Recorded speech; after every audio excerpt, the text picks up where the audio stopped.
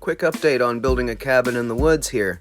Since the last time you checked in, I got a fridge, got a couch, got a coffee table.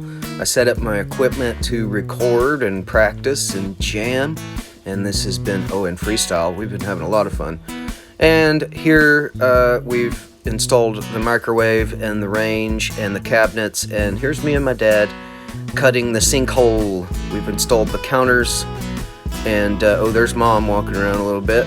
Here we are gooping it in and putting her in there, and man, this place is starting to look amazing compared to how it started.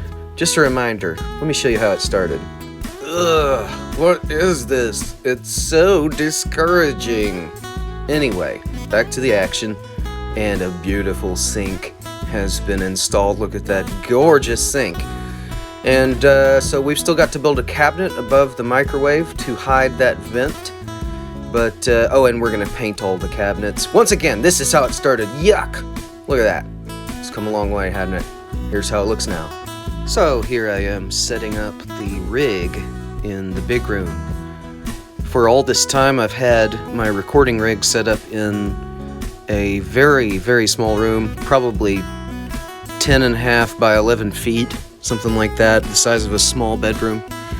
And so getting to set up the rig in a big room like this and being able to make music in a large open space is just a game changer.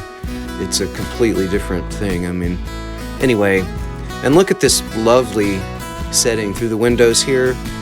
This, there's just woods, just a beautiful hillside out there, and it's just a great spot to be able to set up and create music, and so peaceful.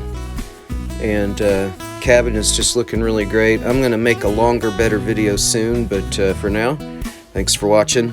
Hope you have a lovely day.